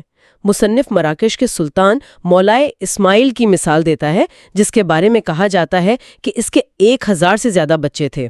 1000 بچے؟ یہ تو ناقابل یقین ہے۔ جی، تو اعداد و شمار تو یہی کہتے ہیں کہ اگر کسی ایک شخص کو تمام انسانوں کا جد امجد بننا ہے تو اس کے مرد ہونے کا امکان زیادہ ہے، کیونکہ وہ اپنے جینیات کو زیادہ تیزی سے پھیلا سکتا ہے۔ ٹھیک ہے، تو اس ساری بحث کے آخر میں مصنف چند اہم نکات کا خلاصہ کرتا ہے۔ جی، وہ 6 نکات میں پوری کہانی کو سمیٹتا ہے۔ پہلا، ایک مائٹوکونڈریل ہوا کا وجود یقینی ہے۔ صحیح۔ دوسرا، ایک مرکزی جد امجد یا فوکل اینسیسٹر کا وجود بھی یقینی ہے، یعنی سب سے قریبی مشترکہ جد امجد۔ تیسرا، یہ دونوں ایک ہی شخص ہوں، اس کا امکان تقریباً 0 ہے۔ چوتھا، امکان یہی ہے کہ ہمارا مرکزی جد امجد مرد تھا۔ ٹھیک ہے۔ پانچواں، مائٹوکونڈریل ہوا غالباً 2.5 لاکھ سال سے کم عرصہ پہلے زندہ تھیں، اور چھٹا، وہ غالباً افریقہ میں رہتی تھیں، حالانکہ اس آخری نقطے پر سائنسی بحث اب بھی جاری ہے۔ تو یہ تھی افریقی ہوا کی کہانی، جس میں ریاضی، جینیات اور انسانی تاریخ سب شامل ہیں۔ یہ بہت دلچسپ ہے، لیکن جیسا کہ مصنف کہتا ہے، یہ ہمارے ڈی این اے کے دریا کی کہانی کا صرف ایک چھوٹا سا حصہ ہے۔ بالکل، یہ دریا جس سے ہم سب جڑے ہیں 1 یا 2 لاکھ سال سے نہیں بلکہ 3 ارب سال سے بھی زیادہ عرصے سے بہہ رہا ہے۔ افریقی ہوا کی کہانی اس دریا کے طویل سفر میں محض ایک لمحہ ہے، ایک لہر ہے۔ جی، اور یہیں ہم سننے والوں کے لیے ایک سوچ چھوڑ جاتے ہیں۔ اگر ہماری مائٹوکونڈریل ہوا چند لاکھ سال پہلے زندہ تھی، جو خود ایک بہت بڑا عرصہ ہے، تو اس حقیقت پر غور کرنا کیسا ہے کہ ہم سب زندگی کے ایک ایسے دریا سے جڑے ہیں جو 3 ارب سال پرانا ہے۔ یہ سوچ دنیا میں ہمارے مقام اور تمام جانداروں سے ہمارے تعلق کے بارے میں ہمارے نقطۂ نظر کو کیسے بدل سکتی ہے؟ تیسرے باب میں غوطہ لگانے والے ہیں۔ عنوان ہے خاموشی سے بھلائی کرو۔ جی، دیکھتے ہیں کہ یہ باب اس بظاہر ناممکن معمے کو کیسے حل کرتا ہے۔ ٹھیک ہے، تو باب 3 خاموشی سے بھلائی کرو۔ اس کی شروعات ایک بہت ہی دلچسپ کہانی سے ہوتی ہے۔ جی، ایک امریکی پادری کی۔ ہاں، جو اپنے مذہب سے دور ہو چکا تھا اور ایک آرکڈ کے بارے میں پڑھ کر واپس مذہب کی طرف آ گیا۔ اور وہ آرکڈ، وہ ایک مادہ بھڑ کی اتنی شاندار نقلی کرتا تھا، شکل، بو، یہاں تک کہ اس کی جلد کی ساخت بھی، کہ نر بھڑ دھوکہ کھا کر اس سے ملاپ کی کوشش کرتا اور اس عمل میں پھول کی پولینیشن کر دیتا۔ اور پادری کا استدلال، مطلب اس کی دلیل، بہت سیدھی تھی۔ کیا تھی؟ اس نے کہا کہ یہ نظام تو پہلی کوشش میں ہی کامل ہونا چاہیے تھا۔ آدھا بنا ہوا آرکڈ یا تھوڑی بہت ملتی جلتی خوشبو بھلا کیسے کام پڑ سکتی تھی؟ اچھا۔ اس کے نزدیک یہ ایک سب کچھ یا کچھ نہیں والی صورتحال تھی۔ آدھا ادھورا نظام بالکل بیکار ہوتا، اس لیے ایک خالق نے اسے ایک ہی بار میں مکمل بنایا ہوگا۔ بات تو منطقی لگتی ہے نا؟ مطلب اگر نقالی 100% نہ ہو تو بھڑ دھوکہ کیوں کھائے گی؟ یہ تو ایک عام فہم کی بات ہے۔ یہیں پر مصنف پہلا بڑا نقطہ اٹھاتا ہے۔ اچھا۔ وہ کہتا ہے کہ یہ دعویٰ بغیر سوچے سمجھے کیا جاتا ہے۔ ہم انسان کیسے یہ فیصلہ کر سکتے ہیں کہ ایک بھڑ کے لیے کیا کافی ہے؟ صحیح۔ یہ صرف ہماری ذاتی ناقابل یقینیت ہے۔ ہم اپنے انسانی عقل کو جانوروں کی دنیا پر مسلط کر رہے ہیں، اور یہ اکثر بہت گمراہ کن ہوتا ہے۔ اچھا، تو یہ دعویٰ ہے کہ جانور شاید اتنے ذہین نہیں جتنا ہم انہیں سمجھتے ہیں، کہ وہ آسانی سے دھوکہ کھا سکتے ہیں۔ بالکل، اور اس کی مثالیں حیران کن ہیں۔ ہم انسانوں کو ہی دیکھ لیں، ہم اکثر گلی میں کسی اجنبی کو غلطی سے اپنا دوست سمجھ بیٹھتے ہیں۔ ہاں، ہوتا ہے۔ یا فلموں میں سٹنٹ ڈبلز کو پہچان نہیں پاتے۔ بالکل۔ اگر ہم دھوکہ کھا سکتے ہیں تو جانور کیوں نہیں؟ کتاب میں سٹک بیک مچھلیوں کی مثال دی گئی ہے، جو اپنے علاقے میں آنے والی ہر لال چیز پر حملہ کر دیتی ہیں۔ ہر لال چیز پر؟ جی، چاہے وہ حریف مچھلی ہو یا سڑک سے گزرتی ہوئی ایک لال رنگ کی ڈاک گاڑی کا عکس۔ یعنی وہ صرف ایک اشارے لال رنگ پر رد عمل دے رہی ہیں، پوری تصویر پر نہیں۔ جی ہاں، اور اس سے بھی زیادہ دلچسپ مثال ایک مصنوعی سیکس بمب کی ہے۔ سائنسدانوں نے ایک بے جان بھدی سی چیز بنائی اچھا، جو مادہ مچھلی کی چند خصوصیات کی نقل کرتی تھیں، اور نر مچھلیاں اصلی مادہ کے مقابلے میں اس کی طرف زیادہ راغب ہوئیں۔ واہ، وہ ایک سپر محرک یعنی سپر سٹیمیولس کا شکار ہو گئیں۔ یعنی ایک پرندہ کوکٹن کو اپنا انڈا سمجھ کر گھونسلے میں لے آئے گا؟ یہ تو مزاقیہ بھی ہے اور حیران کن بھی۔ کتاب میں ایسی بہت سی مثالیں ہیں۔ صدفی پرندہ ہے جو اپنے چھوٹے انڈوں کو چھوڑ کر شتر مرغ کے سائز کے ایک مصنوعی انڈے پر بیٹھنے کی کوشش کرتا ہے، صرف اس لیے کہ وہ بڑا ہے؟ صرف اس لیے کہ وہ زیادہ بڑا ہے اور اس کا دماغ اسے زیادہ بہتر سمجھتا ہے۔ یا پھر بگلا ہے جو کوکو پاؤڈر کے ایک ڈبے کو اپنے گھونسلے میں لے آتا ہے۔ ایک منٹ، لیکن سب سے عجیب مثال تو شاید اس بحری ٹرکی ماں کی ہے۔ یہ تو بہت ہی عجیب ہے۔ جی بالکل۔ یعنی ایک ماں صرف ایک آواز نہ آنے پر اپنے بچوں کو مار ڈالے گی۔ یہ تو فطرت کے اصولوں کے بالکل خلاف لگتا ہے۔ بالکل، اور یہی اس کی اصل خوبصورتی ہے۔ یہ ہمیں دکھاتا ہے کہ جانوروں کا ذہن ہمارے جیسا نہیں ہے۔ وہ اکثر بہت سادہ، سخت اصولوں پر چلتے ہیں۔ کیا اصول تھا ٹرکی ماں کا؟ ٹرکی ماں کے دماغ میں قاعدہ بہت واضح ہے۔ جو چیز گھونسلے کے قریب حرکت کرے اور چیپ چیپ کی آواز نکالے وہ میرا بچہ ہے۔ جو حرکت کرے اور یہ آواز نہ نکالے وہ شکاری ہے۔ کوئی گنجائش نہیں؟ کوئی گنجائش نہیں۔ جب سائنسدانوں نے ایک بھرے ہوئے نیولے جو ٹرکی کا دشمن ہے اس کے اندر ٹیپ ریکارڈر لگا کر چیپ چیپ کی آواز چلائی تو کیا ہوا؟ تو ماں نے اسے بھی گلے لگا لیا۔ اس کا مطلب یہ ہے کہ آرکڈ کو پھڑ کی کامل نقلی کرنے کی ضرورت ہی نہیں تھی۔ اسے صرف وہ چند اہم اشارے دینے تھے، شاید خاص بو یا کوئی خاص شکل، بالکل، جو نر پھڑ کے دماغ میں مادہ کا بٹن دبا دیں۔ بالکل ٹھیک۔ اور کیڑوں کی دنیا میں تو یہ اصول اور بھی سختی سے لاگو ہوتا ہے۔ شہد کی مکھی کی مثال ہے جسے صرف اولیک ایسڈ کی بو آنے پر اس کی ساتھی مکھیاں چھتے سے باہر پھینک دیتی ہیں، چاہے وہ زندہ ہی کیوں نہ ہو۔ چاہے وہ بالکل زندہ اور صحت مند ہی کیوں نہ ہو۔ اولیک ایسڈ مردہ مکھیوں سے نکلنے والا کیمیکل ہے اور مکھیوں کا دماغ صرف اس ایک اشارے پر کام کرتا ہے۔ اچھا، اولیک ایسڈ کی بو برابر مردہ مکھی، اسے باہر پھینکو، بس۔ تو اس سب سے تو یہی نتیجہ نکلتا ہے کہ جانور زیادہ تر سادہ روبوٹ کی طرح ہیں جو چند اصولوں پر چلتے ہیں۔ لیکن باب میں کھودنے والی بھڑ کی مثال بھی ہے جو اس خیال کو تھوڑا پیچیدہ بنا دیتی ہے نا؟ ہاں، یہ بہت دلچسپ پہلو ہے۔ یہ بھڑ اپنے بل کو تلاش کرنے کے لیے ارد گرد کی چیزوں کو نشانی کے طور پر استعمال کرتی ہے۔ اچھا، کیسے؟ تجربات سے پتا چلا کہ اگر اس کے بل کے گرد موجود پائن کونز کا دائرہ ہٹا کر کہیں اور رکھ دیا جائے تو وہ واپس آ کر اسی خالی دائرے کے بیچ میں اپنا بل ڈھونڈتی رہتی ہے، چاہے اس کا اصل بل چند انچ دور ہی کیوں نہ ہو۔ جی ہاں، یہ ذہانت بھی ہے اور مشینی پن بھی۔ لیکن اس سے بھی زیادہ پیچیدہ مثال تو ایموفولا کیمپسٹرس نامی بھڑ کی ہے۔ وہ تو حساب کتاب بھی کرتی ہے۔ جی، وہ تو ایک ماہر منصوبہ ساز لگتی ہے۔ وہ مختلف عمر کے بچوں والے کئی بلوں کا انتظام کرتی ہے اور ہر ایک کو اس کی ضرورت کے مطابق روزانہ کیٹرپلر لا کر دیتی ہے۔ بڑے بچے کو زیادہ، چھوٹے کو کم؟ بالکل، یہ ایک پیچیدہ کام ہے لیکن اس کی ذہانت میں ایک بہت ہی عجیب خامی ہے۔ وہ یہ سارا حساب صرف صبح کے وقت کرتی ہے جب وہ ہر بل کا معائنہ کرتی ہے، اور اس کے بعد؟ اس کے بعد وہ پورے دن کے لیے ایک خودکار پروگرام پر چلی جاتی ہے۔ مطلب اگر آپ صبح کے معائنے کے بعد اس کے کسی بل سے بچے نکال دیں یا مزید بچے ڈال دیں تو اسے کوئی فرق نہیں پڑتا۔ وہ دن بھر اپنے پرانے صبح والے منصوبے کے مطابق ہی کام کرتی رہے گی۔ بالکل ایک واشنگ مشین کی طرح جو اپنا سائیکل مکمل کرتی ہے، چاہے آپ بیچ میں کپڑے نکالی کیوں نہ لیں۔ بہترین مثال ہے۔ یعنی ایک جانور ایک ہی وقت میں ذہین بھی ہو سکتا ہے اور ایک بے عقل مشین بھی۔ یہ سمجھنا تھوڑا مشکل ہے۔ اور یہی مصنف کے مرکزی نقطہ ہے۔ جانوروں کی ذہانت انسانوں جیسی نہیں ہوتی۔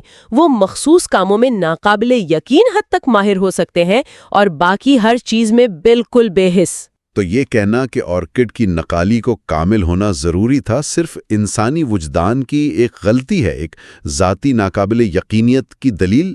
بالکل ٹھیک ہے، یہ بات تو سمجھ میں آتی ہے کہ جانور دھوکہ کھا سکتے ہیں، لیکن پھر بھی ارتقاء کو کہیں نہ کہیں سے تو شروع ہونا تھا۔ 1% نقالی سے 2% تک کا سفر کیسے طے ہوتا ہے؟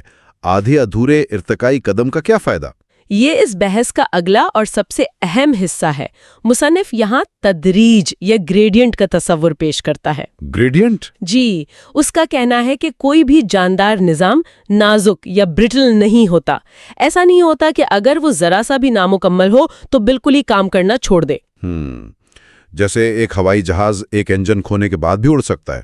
بالکل، یا ایک کمزور مائکروسکوپ کچھ نہ دیکھنے سے بہتر ہے۔ ہمیشہ ایک تدریج موجود ہوتی ہے۔ اچھا، تو یہ تدریج یا گریڈینٹ نقالی کے معاملے میں کیسے کام کرتا ہے؟ کوئی مثال؟ سب سے آسان مثال فاصلے کی ہے۔ سوچئے کہ ایک بھڑ دور سے اڑتی ہوئی آ رہی ہے۔ ٹھیک ہے۔ اسے آرکڈ کو دھوکہ دینے کے لیے ایک بہترین نقالی کی ضرورت نہیں۔ دور سے صرف ایک دھندلا سا خاکہ، ایک رنگ کا دھبا ہی کافی ہو سکتا ہے۔ اچھا۔ جیسے جیسے ارتقاء نقالی کو بہتر بناتا ہے، وہ قریب سے بھی کام کرنے لگتی ہے۔ تو ایک ہموار بد تدریج راستہ موجود ہے، دور سے کام کرنے والی بھدی نقالی سے لے کر قریب سے کام کرنے والی بہترین نقالی تک۔ یعنی یہ ایسا ہی ہے جیسے دھند میں ہمیں کوئی رسی سانپ لگنے لگتی ہے۔ کم روشنی کی وجہ سے نامکمل معلومات کو ہمارا دماغ خود ہی مکمل کر لیتا ہے۔ بالکل، یہی دوسرا گریڈینٹ ہے، روشنی۔ دھندلکے میں ایک کم کامل نقالی بھی کامیاب ہو سکتی ہے۔ اور تیسرا آپ نے کہا زاویہ نظر؟ شکاری کو تو دھوکہ دے سکتی ہے۔ جی، لیکن تیز نظر والے کو نہیں۔ ارتقاء کے دوران جیسے جیسے نکالی بہتر ہوتی جاتی ہے، وہ زیادہ سے زیادہ تیز نظر والے جانوروں کو بھی دھوکہ دینے کے قابل ہو جاتی ہے۔ تو ان تمام گریڈینٹس کی وجہ سے ارتقاء کے لیے ایک ہموار چڑھائی موجود ہے، کوئی کھڑی چٹان نہیں جسے ایک ہی چھلانگ میں عبور کرنا پڑے۔ بالکل صحیح۔ یہ نکالی والی بات تو سمجھ آتی ہے، لیکن ارتقاء کے مخالفین ہمیشہ ایک مثال سامنے لاتے ہیں جہاں یہ منطق ناکام لگتی ہے: آنکھ۔ جی ہاں۔ ان کا سوال سادہ ہے کہ بھئی آدھی آنکھ کا کیا فائدہ؟ یہ تو کام ہی نہیں کرے گی، یا تو یہ مکمل ہے یا بیکار ہے۔ اور مصنف کہتا ہے کہ یہاں بھی مسئلہ ہماری اپنی سوچ کا ہے۔ ہم آنکھ کا مطلب صرف وہی سمجھتے ہیں جو ہمارے سر میں لگی ہے، ایک ہائی ڈیفینیشن کیمرہ جو باریک حروف پڑھ سکتا ہے۔ لیکن فطرت کے لیے آنکھ کا مطلب یہ نہیں ہے۔ بالکل نہیں۔ اصل بات یہ ہے کہ آدھی آنکھ 49% آنکھ سے بہتر ہے، اور 49% آنکھ 1% آنکھ سے بہتر ہے، اور 1% آنکھ کچھ نہ ہونے سے لامحدود گنا بہتر ہے۔ 1% آنکھ سے کیا مراد ہے؟ مطلب صرف روشنی محسوس کرنے والے چند خلیے؟ اس کا کیا فائدہ ہو سکتا ہے؟ بہت بڑا فائدہ۔ صرف دن اور رات میں فرق کرنا ہی افزائش نسل کے موسموں کو منظم کرنے کے لیے کافی ہے۔ اچھا۔ اس سے تھوڑا بہتر قدم، اپنے اوپر منڈلاتے ہوئے کسی سائے کو محسوس کرنا، جو کہ ایک شکاری ہو سکتا ہے۔ یہ زندگی اور موت کا فرق بن سکتا ہے۔ صحیح۔ اس سے تھوڑا اور بہتر، حرکت کی سمت کا اندازہ لگانا تاکہ آپ کسی دیوار سے نہ ٹکرا جائیں، اور آخر میں سب سے اونچے درجے پر تصویر کو فوکس کرنا اور باریک تفصیلات دیکھنا۔ تو یہ سب آنکھ کے کام ہیں، اور ہر کام کے لیے مختلف معیار کی آنکھ چاہیے۔ جی، اس لیے آنکھ کا بتدریج ارتقاء بالکل قابل فہم ہے۔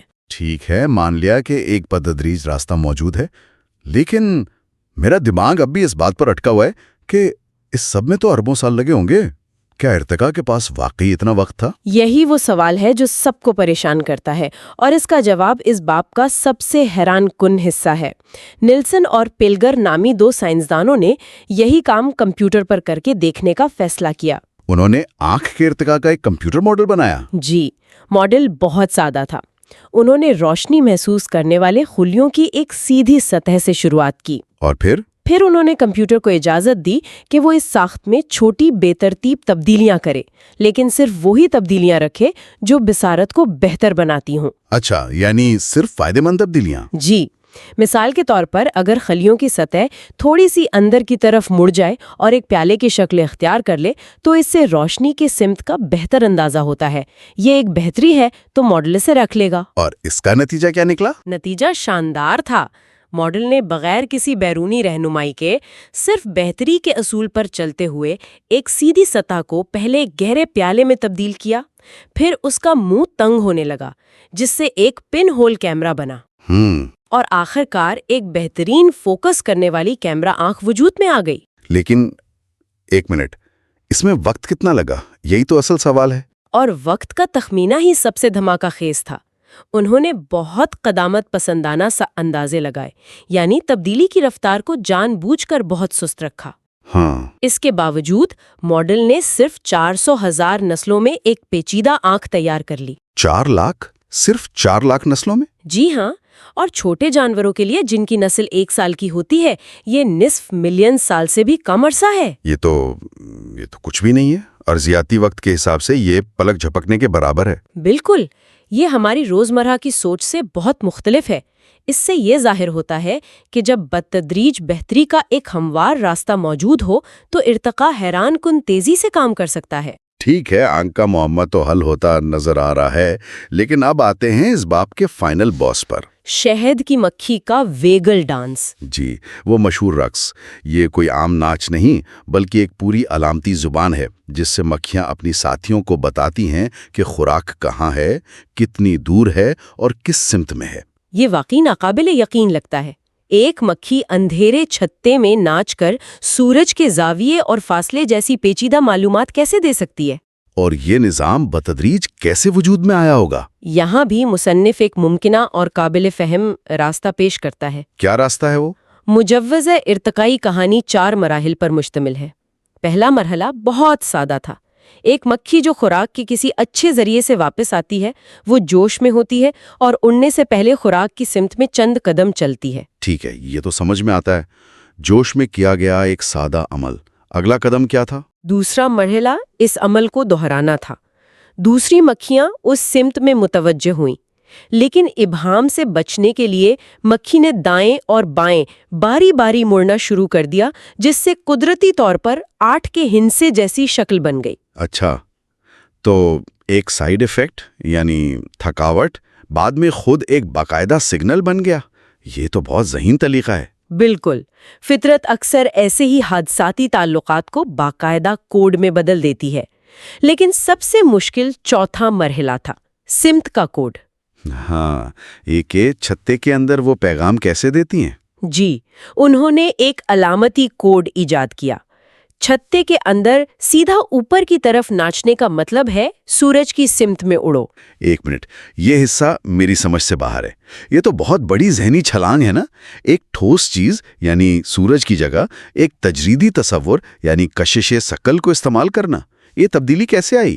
اس کا جواب شاید کیڑوں کے اعصابی نظام کی ایک بہت ہی عجیب خاصیت میں چھپا ہے۔ وہ کیا ہے؟ بہت سے کیڑے بشمول مکھیاں جب روشنی کے ایک خاص زاویے پر چل رہے ہوں اور آپ اچانک روشنی ہٹا کر اس سطح کو عمودی کر دیں تو وہ کشش ثقل کے لحاظ سے وہی زاویہ برقرار رکھتے ہوئے اوپر یا نیچے چلنا شروع کر دیتے ہیں۔ اچھا، ایسا لگتا ہے جیسے ان کے دماغ میں روشنی اور کشش ثقل کو محسوس کرنے والے نظام کی تاریں آپس میں جڑی ہوئی ہیں۔ تو مصنف یہ نہیں کہہ رہا ہے کہ یہی اصل کہانی ہے، بلکہ یہ کہ ایک قابل فہم بتدریج راستہ موجود ہے۔ بالکل، مقصد صرف یہ دکھانا ہے کہ ایک ممکنہ راستہ موجود ہے، اور اگر ایک بھی ممکنہ راستہ دکھایا جا سکے تو یہ ناممکن ہے والی ذاتی ناقابل یقینیت کی دلیل خود بخود ٹوٹ جاتی ہے۔ تو اس ساری بحث کا خلاصہ یہ ہے کہ اصل بات صرف یہ نہیں کہ ارتقاء بتدریج کام کرتا ہے، اصل بات یہ ہے کہ ہمارا اپنا وجدان، ہماری ذاتی ناقابل یقینیت قدرتی دنیا کو سمجھنے کے لیے ایک بہت ہی ناقص رہنما ہے۔ جی، جو چیزیں ہمیں ناممکن لگتی ہیں وہ 2 اجزاء کی موجودگی میں بالکل ممکن ہو جاتی ہیں، ایک ہموار بتدریج راستہ اور بے تحاشا وقت۔ بہت خوبصورت خلاصہ ہے، اور اہم سبق یہ ہے کہ فطرت کمال کا ہدف نہیں رکھتی۔ ہر قدم پر اسے صرف پچھلے قدم سے تھوڑا سا بہتر ہونا ہوتا ہے، اور تھوڑا سا بہتر لاکھوں سالوں میں جمع ہو کر وہ شکل اختیار کر لیتا ہے جسے ہم کمال سمجھتے ہیں۔ بالکل، قدرتی تدریج فاصلے کی، روشنی کی، دباؤ کی یہ ہموار راستے فراہم کرتی ہے جس سے بظاہر ناممکن چیزیں بھی ممکن ہو جاتی ہیں۔ باب کا اختتام ایک بہت ہی دلچسپ چیلنج کے ساتھ ہوتا ہے۔ جی، گہرے سمندر میں آتش فشانی دہانوں کے گرد موجود زندگی کا ذکر۔ ہاں، جو شدید دباؤ، مکمل اندھیرے اور زہریلے سلفر پر مبنی کیمیا پر زندہ ہے، اور پھر وہ قاری کو چیلنج کرتا ہے، آپ میرے طریقے جانتے ہیں واٹسن، ان کا اطلاق کریں۔ تو سننے والوں کے لیے آخری سوال یہی ہے، اس انتہائی اور الگ تھلگ ماحول میں زندگی کے ارتقاء کی وضاحت کے لیے قدرتی تدریج کے اصول کا اطلاق کیسے کیا جا سکتا ہے؟ کون سے بتدریجی اقدامات ایک سطحی جاندار کو اس تاریک اجنبی دنیا کی گہرائیوں تک لے جا سکتے ہیں جہاں دباؤ 1000 گنا زیادہ ہے، روشنی بالکل نہیں؟ اور زندگی کا ایندھن سورج نہیں بلکہ زمین کے اندر سے ابلتا سلفر ہے؟ اس پر غور کرنا اس باب کے تمام اسباق کا ایک بہترین امتحان ہے۔ ہمارے سامنے ایک کتاب کا چوتھا باب ہے جس کا عنوان ہے خدا کا افادیت کا فنکشن اور فطرت کی اندھی بے حسی، اور اس کا مرکزی سوال یہ ہے کہ آخر فطرت چاہتی کیا ہے؟ وہ کس چیز کو حاصل کرنے کی کوشش کر رہی ہے؟ بالکل، اور یہ سوال ہمیں ایک ایسی جگہ لے جاتا ہے جہاں سائنس اور فلسفہ وہ آپس میں مل جاتے ہیں۔ ہم یہ سمجھنے کی کوشش کریں گے کہ کیا فطرت کا کوئی مقصد ہے؟ کیا وہ خوشی، فلاح و بہبود یا زندگی کو بہتر بنانا چاہتی ہے؟ یا پھر اس کا ایجنڈا کچھ اور ہی ہے جو ہماری سوچ سے بالکل مختلف ہے؟ اس گفتگو کا آغاز ایک بہت ہی دلچسپ تضاد سے ہوتا ہے۔ ایک پادری تھا جسے ایک خاص قسم کی بھاڑ یعنی واسپ کو دیکھ کر خدا پر ایمان اور بھی پختہ ہو گیا، لیکن دوسری طرف چارلز ڈارون تھے جنہوں نے ایک دوسری قسم کی بھاڑ کی وجہ سے اپنا ایمان تقریباً کھو دیا۔ ڈارون نے لکھا، مجھ سے یہ بات ہضم ہی نہیں ہوتی کہ کوئی مہربان اور قادر مطلق خدا ایک نیمونائیڈے جیسی مخلوق اس نیت سے بنائے گا کہ وہ کیٹرپلر کے زندہ جسموں کے اندر پلیں۔ اور اس بھڑ کی عادت واقعی رونگٹے کھڑے کر دینے والی ہے۔ مادہ بھڑ اپنے انڈے ایک زندہ کیٹرپلر کے اندر دیتی ہے، لیکن وہ اسے مارتی نہیں بلکہ ایک خاص زہر سے اسے مفلوج کر دیتی ہے۔ کیٹرپلر زندہ رہتا ہے، ہل نہیں سکتا، اور بھڑ کا لاروا آرام سے اس کے اندر سے تازہ گوشت کھاتا رہتا ہے۔ یہ تو کسی ہارر فلم کا سین لگتا ہے۔ تو کیا اس کا مطلب ہے کہ فطرت ظالم ہے؟ یہ جان بوجھ کر تکلیف دیتی ہے؟ مصنف کا نقطہ اس سے بھی زیادہ گہرا اور پریشان کن ہے۔ وہ کہتے ہیں کہ فطرت ظالم نہیں کیونکہ ظلم کرنے کے لیے نیت کا ہونا ضروری ہے۔ فطرت بے رحم طور پر بے حس ہے، پیٹیلیسلی انڈیفرنٹ، اسے کوئی فرق ہی نہیں پڑتا، اور یہ سمجھنا شاید انسانوں کے لیے سب سے مشکل اسباق میں سے ایک ہے۔ ہم یہ ماننے کو تیار نہیں ہوتے کہ چیزیں اچھی یا بری نہیں ہوتی، بلکہ بس ہوتی ہیں، بغیر کسی مقصد کے، تمام تکالیف سے لا تعلق۔ افادیت کا فنکشن میں داخل ہوتے ہیں۔ ہم انسان تو ہر چیز میں مقصد تلاش کرتے ہیں، ہے نا؟ ہر چیز کے لیے کیوں پوچھتے ہیں، یہ گاڑی کس لیے ہے، یہ چھری کس لیے ہے؟ لیکن کیا یہ سوال ہر جگہ درست ہے؟ کیا ایک پتھر کا کوئی مقصد ہوتا ہے، یا زلزلے کا، یا پوری کائنات کا؟ یہ ایک بہت اہم نقطہ ہے۔ دیکھیں، سائنسدان کہتے ہیں کہ وہ کیسے کے سوالات کا جواب دیتے ہیں، کیوں کا نہیں، لیکن بات اس سے بھی آگے کی ہے۔ کچھ سوالات ہی بے معنی ہوتے ہیں، جیسے آپ یہ نہیں پوچھ سکتے کہ حسد کا رنگ کیا ہے یا امید کا وزن کتنا ہے۔ ہو سکتا ہے کائنات کے بارے میں کیوں کا سوال پوچھنا بھی اتنا ہی بے معنی ہو۔ ٹھیک ہے، ایک پتھر یا کائنات کی بات تو سمجھ آتی ہے، لیکن جب ہم زندہ چیزوں کو دیکھتے ہیں وہاں تو ہر طرف مقصد ہی مقصد نظر آتا ہے۔ آنکھیں دیکھنے کے لیے بنی ہیں، پر اڑنے کے لیے، پھیپھڑے سانس لینے کے لیے۔ ایسا لگتا ہے جیسے ہر چیز کسی ذہین کاریگر نے بنائی ہو۔ اسی کو تو ڈیزائن کا استدلال کہتے ہیں، ٹھیک ہے؟ بالکل، آرگیومنٹ فرام ڈیزائن، اور صدیوں تک یہ ایک بہت طاقتور دلیل تھی، لیکن پچھلی 1.5 صدی میں ڈارون کے نظریہ ارتقاء نے ہمیں ایک نیا جواب دیا ہے۔ جو چیز ہمیں کسی ذہین ڈیزائنر کا کام لگتی ہے، وہ دراصل لاکھوں سال پر محیط قدرتی انتخاب یعنی نیچرل سلیکشن کا نتیجہ ہے۔ یہ ایک ایسا ڈیزائنر ہے جو اندھا ہے، جس کا کوئی منصوبہ نہیں، لیکن وہ کام کرتا ہے۔ دلچسپ بات یہ ہے کہ اس کے باوجود ماہرین حیاتیات بھی ایک خاص طرح کا کیوں کا سوال پوچھتے ہیں۔ وہ اسے ایک ٹول کے طور پر استعمال کرتے ہیں۔ اس کی بہترین مثال کارل وان فرش کی کہانی ہے، جنہوں نے شہد کی مکھیوں پر تحقیق کی۔ انہوں نے دیکھا کہ پھول رنگین ہوتے ہیں۔ اس وقت سب کا خیال تھا کہ مکھیاں کلر بلائنڈ ہوتی ہیں۔ تو ونفرش نے ایک بہت منطقی سوال پوچھا۔ انہوں نے سوچا، اگر مکھیاں رنگ دیکھ ہی نہیں سکتی تو پھول اتنی محنت کر کے رنگین پنکھڑیاں بنانے کی زحمت کیوں کریں گے؟ یہ وسائل کا ضیاع نہیں؟ یہ اچھے ڈیزائن کا مفروضہ تھا جس نے انہیں تحقیق پر اکسایا، اور آخر کار انہوں نے ثابت کیا کہ مکھیاں رنگ دیکھ سکتی ہیں، بس ان کا رنگوں کا اسپیکٹرم ہم سے مختلف ہے۔ وہ الٹرا وائلٹ روشنی دیکھ سکتی ہیں جسے ہم مکھیوں والا جامنی کہہ سکتے ہیں۔ واہ! اور کہانی یہیں ختم نہیں ہوئی۔ انہوں نے پھر یہی سوال پوچھا، مکھیوں کو الٹرا وائلٹ نظر آنے کی کیا ضرورت ہے؟ انہوں نے پھولوں کی الٹرا وائلٹ کیمرے سے تصویریں لیں اور وہ حیران رہ گئے۔ ان پھولوں پر ایسے نشانات اور پیٹرن تھے جو ہمیں نظر نہیں آتے۔ یہ مکھیوں کے لیے کسی ایئرپورٹ کے رن وے مارکرز کی طرح تھے جو انہیں سیدھا شہد تک لے جاتے تھے۔ یہ مفروضہ بہت طاقتور ہے، لیکن یہ سائنسدانوں کو گمراہ بھی کر سکتا ہے۔ آپ ہر چیز کو بہترین ڈیزائن نہیں مان سکتے۔ اس کی ایک شاندار مثال جم گولڈ کا تجربہ ہے۔ وان فرش نے یہ بھی دریافت کیا تھا کہ مکھیاں ایک خاص قسم کا رقص کر کے دوسری مکھیوں کو خوراک کی سمت اور فاصلہ بتاتی ہیں۔ ایک امریکی ماہر حیاتیات ایڈرین وینر نے اسے چیلنج کیا۔ اس نے کہا کہ رقص تو ہوتا ہے، لیکن دوسری مکھیاں اسے پڑھتی نہیں، وہ بس پھولوں کی خوشبو سے خوراک ڈھونڈتی ہیں۔ ایک منٹ، یہ رقص اتنا پیچیدہ ہے، اس میں زاویے اور وقت سب کچھ ہے، اور وہ کہہ رہا تھا کہ یہ سب بے معنی؟ یہ تو بہت سے سائنسدانوں کے لیے ہضم کرنا مشکل ہوگا۔ بالکل، اور یہیں پر جم گولڈ نے ایک ذہانت سے بھرپور تجربہ کیا۔ انہوں نے سوچا کہ اگر میں کسی طرح مکھی کو جھوٹ بولنے پر مجبور کر سکوں تو یہ ثابت ہو جائے گا کہ دوسری مکھیاں واقعی اس کی بات سن رہی ہیں۔ مکھی سے جھوٹ بلوانا، یہ کیسے ممکن ہے؟ بہت چالاکی سے۔ مکھیاں چھتے کے اندر سورج کی جگہ کسی بلب کی روشنی کو استعمال کرتی ہیں۔ گولڈ نے ایک رقص کرنے والی مکھی کی آنکھوں پر احتیاط سے کالا شیلک پینٹ کر دیا تاکہ اسے بلب نظر نہ آئے۔ اب وہ مکھی کشش ثقل یعنی گریوٹی کو اپنا ریفرنس پوائنٹ بنا کر بالکل صحیح سمت میں رقص کر رہی تھی، لیکن چھتے کی دوسری مکھیاں جن کی آنکھوں پر پینٹ نہیں تھا، وہ تو بلب کو سورج سمجھ رہی تھیں۔ انہوں نے اس سچے رقص کو بلب کی روشنی کے حوالے سے سمجھا اور بالکل غلط سمت میں اڑ گئیں۔ زبردست!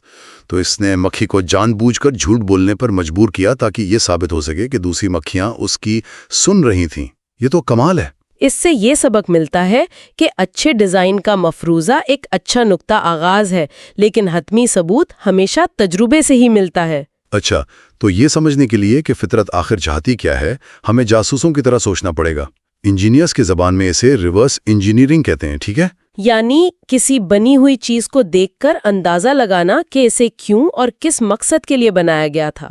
بالکل جیسے مستقبل کا کوئی ماہر آثار قدیمہ ایک پرانے سلائیڈ رول کو دیکھے اور یہ نتیجہ اخذ کرے کہ یہ مکھن لگانے یا لکیریں کھینچنے کے لیے نہیں، بلکہ اس کے پیچیدہ نشانات کا مقصد ضرب اور تقسیم جیسے حسابات کرنا تھا۔ اسی طرح ماہرین اقتصادیات ایک اصطلاح استعمال کرتے ہیں جسے افادیت کا فنکشن یا یوٹیلیٹی فنکشن کہتے ہیں۔ جیسے ایک کمپنی منافع کو زیادہ سے زیادہ کرتی ہے یا ایک حکومت روزگار کو۔ ہاں، یا ہو سکتا ہے ایک حکومت کا اصل افادیت کا فنکشن صدر کی طاقت کو برقرار رکھنا ہو۔ اب یہی سوال فطرت پر لاگو کریں۔ اگر جانداروں کو کسی نے ڈیزائن کیا ہے تو اس کا افادیت کا فنکشن کیا تھا؟ چیتے کو دیکھیں، وہ ہرن کو مارنے کے لیے ایک بہترین مشین لگتا ہے۔ دوسری طرف ہرن کو دیکھیں، وہ چیتے سے بچنے کے لیے ایک بہترین مشین لگتا ہے۔ یہ تو ایسا ہے جیسے انہیں دو الگ الگ مخالف خداؤں نے بنایا ہو۔ یہ تو ایک تضاد ہے۔ تو پھر اصل جواب کیا ہے؟ اصل جواب جب سامنے آیا تو وہ بہت چونکا دینے والا تھا۔ زندگی کا واحد حقیقی افادیت کا فنکشن جسے فطرت کی دنیا میں ہر سطح پر زیادہ سے زیادہ کیا جا رہا ہے، وہ ہے ڈی این اے کی بقا، ڈی این اے سروائیول۔ بس کوئی اخلاقیات نہیں، کوئی خوشی نہیں، کوئی بھلائی نہیں۔ چیتے کے جسم میں موجود ڈی این اے کی بقا اس میں ہے کہ وہ ہرن کو مارے، اور ہرن کے جسم میں موجود ڈی این اے کی بقا اس میں ہے کہ وہ بچ نکلے۔ مقصد صرف ایک ہے، اپنے ڈی این اے کو اگلی نسل میں منتقل کرنا۔ ڈی این اے کی بقا، یہ تو بہت سرد اور غیر ذاتی بات لگتی ہے۔ کیا اس کی کوئی عملی مثال ہے؟ بہترین مثال جنس کا تناسب ہے۔ جنگلی حیات میں نر اور مادہ کا تناسب تقریباً ہمیشہ 50-50 کیوں ہوتا ہے؟ خاص طور پر ان جانوروں میں جہاں حرم سسٹم ہوتا ہے، جیسے ایلیفنٹ سیل۔ وہاں صرف 4% نر 88% ملاپ کے ذمہ دار ہوتے ہیں۔ 1 منٹ رکیں، 4% نر تقریباً تمام بچے پیدا کر رہے ہیں، تو باقی 96% نر کیا کر رہے ہیں؟ وہ تو صرف وسائل ضائع کر رہے ہیں۔ ایک عقلمند ڈیزائنر تو بہت کم نر اور بہت زیادہ مادہ بناتا تاکہ وسائل بچیں۔ یہ 50-50 کا تناسب کو بہت فضول لگتا ہے۔ بظاہر فضول لگتا ہے، لیکن ڈی این اے کی منطق کے حساب سے یہ بالکل ٹھیک ہے۔ اس کی شاندار وضاحت سر رونلڈ فشر نے دی۔ منطق بہت سادہ اور خوبصورت ہے۔ ہر بچے کا ایک باپ اور ایک ماں ہوتی ہے۔ اس کا مطلب ہے کہ کسی بھی نسل میں تمام نروں کی مجموعی تولیدی کامیابی تمام مادہ کی مجموعی تولیدی کامیابی کے برابر ہوتی ہے۔ ٹھیک ہے، یہ بات تو سمجھ آتی ہے۔ اب فرض کریں کہ آبادی میں نر بہت کم ہیں، صرف 10 نر اور 100 مادہ ہیں۔ اب چونکہ ہر بچے کا ایک باپ ہے تو اوسطاً ہر نر 10 بچے پیدا کرے گا، جبکہ اوسطاً ہر مادہ صرف 1 بچہ پیدا کرے گی۔ ایسی صورتحال میں کون سا بچہ پیدا کرنا زیادہ فائدہ مند ہے، بیٹا یا بیٹی؟ ظاہر ہے بیٹا، اس کے پوتے پوتیاں ہونے کے امکانات 10 گنا زیادہ ہیں۔ بالکل۔ تو ایسے والدین جن کے جینز انہیں بیٹے پیدا کرنے پر مائل کرتے ہیں، ان کے جینز اگلی نسل میں زیادہ تیزی سے پھیلیں گے۔ آبادی میں نروں کی تعداد بڑھنے لگے گی۔ یہ سلسلہ تب تک چلے گا جب تک نر اور مادہ کی تعداد 50-50 نہ ہو جائے۔ اس مقام پر بیٹا یا بیٹی پیدا کرنے کا فائدہ برابر ہو جاتا ہے۔ یہ ایک ارتقائی طور پر مستحکم حکمت عملی ہے۔ واہ، یہ تو بہت ذہین ایکسپلینیشن ہے، لیکن فشر نے اس میں ایک اور نقطہ بھی شامل کیا تھا، والدین کے اخراجات کا۔ ہاں، انہوں نے کہا کہ اصل چیز تعداد نہیں بلکہ خرچہ ہے، پیرنٹل ایکسپینڈیچر، یعنی ایک بچے کی پرورش پر کتنے وسائل خرچ ہوتے ہیں۔ اگر ایک بیٹے کی پرورش پر بیٹی سے 2 گنا خرچ آتا ہے تو مستحکم تناسب 2 بیٹیوں کے مقابلے میں 1 بیٹا ہوگا۔ کل خرچہ دونوں جنسوں پر برابر ہونا چاہیے۔ اور شہد کی مکھیوں کے بارے میں کیا خیال ہے؟ وہاں تو لگتا ہے کہ نر یعنی ڈرونز بہت زیادہ ہیں اور ملکائیں بہت کم۔ یہ بھی اخراجات کا ہی معاملہ ہے، لیکن بہت بڑے پیمانے پر۔ ایک نئی ملکہ کی لاگت صرف اس کی خوراک نہیں ہوتی۔ جب ایک نئی ملکہ بنتی ہے تو پرانی ملکہ ہزاروں کارکن مکھیوں کا ایک پورا غول، ایک سوارم لے کر چھتا چھوڑ دیتی ہے۔ وہ ہزاروں کارکن مکھیاں بھی اس نئی ملکہ کی پیدائش کی لاگت کا حصہ ہے۔ اس لیے ایک ملکہ کی لاگت ایک نر سے ہزاروں گنا زیادہ ہوتی ہے۔ اسی لیے ان کی تعداد بہت کم ہوتی ہے اور اخراجات کا توازن برقرار رہتا ہے۔ تو یہ سب کچھ جو ہمیں بظاہر فضول خرچی لگتی ہے، جیسے نر جانوروں کی بے معنی لڑائیاں، مور کی وہ بھاری اور غیر عملی دم، یا جنگل کے درختوں کا آسمان کو چھونے کی کوشش، یہ سب ڈی این اے کی خود غرض بقا کی وجہ سے ہے۔ بالکل۔ اس کی ایک اچھی مثال کاکٹیل پارٹی کی ہے۔ اگر پارٹی میں سبھی دھیمی آواز میں بات کریں تو سب ایک دوسرے کو سن سکتے ہیں، لیکن جیسے ہی کوئی ایک شخص اپنی آواز تھوڑی اونچی کرتا ہے تاکہ اسے بہتر سنا جائے تو اس کے پڑوسی کو بھی اپنی آواز اونچی کرنی پڑتی ہے۔ دیکھتے ہی دیکھتے پورا کمرہ چیخ رہا ہوتا ہے اور کوئی کسی کو ٹھیک سے نہیں سن پاتا۔ فطرت کا افادیت کا فنکشن سب کی بھلائی نہیں ہے، بلکہ یہ ہر جین کی اپنے فائدے کے لیے ایک اندھی دوڑ ہے۔ اس سلسلے میں ہنری فورڈ کی ایک کہانی بھی ہے۔ کہتے ہیں کہ فورڈ نے اپنی مشہور ماڈل ٹی کاروں کا سروے کروایا اور یہ جاننے کی کوشش کی کہ کون سے پرزے سب سے زیادہ خراب ہوتے ہیں۔ انہیں پتا چلا کہ گاڑی کے کنگ پن کبھی خراب نہیں ہوتے تھے۔ تو ایک عام آدمی سوچے گا کہ واہ کیا شاندار انجینئرنگ ہے، لیکن فورڈ نے ایسا نہیں سوچا۔ اس نے کہا اگر یہ پرزہ کبھی خراب نہیں ہوتا تو اس کا مطلب ہے کہ یہ ضرورت سے زیادہ اچھا بنایا گیا ہے، اس پر ہم نے فالتو پیسہ خرچ کیا ہے۔ اس نے حکم دیا کہ آئندہ کنگ پن کو کم معیار کا بنایا جائے تاکہ وہ گاڑی کے باقی حصوں کے ساتھ ہی ناکارہ ہوں۔ اور فطرت بالکل ہنری فورڈ کی طرح سوچتی ہے۔ کسی جانور کا کوئی حصہ بہت اچھا نہیں ہو سکتا۔ اگر ہرن کی ٹانگ کی ہڈی اتنی مضبوط ہے کہ کبھی نہیں ٹوٹتی تو اس کا مطلب ہے کہ اس پر ضرورت سے زیادہ کیلشیم خرچ کیا گیا ہے۔ وہ وسائل بچا کر زیادہ بچے پیدا کرنے یا کسی اور عضو کو بہتر بنانے میں استعمال ہو سکتے ہیں۔ اس منطق کا اطلاق تو پھر ہماری عمر پر بھی ہوتا ہوگا۔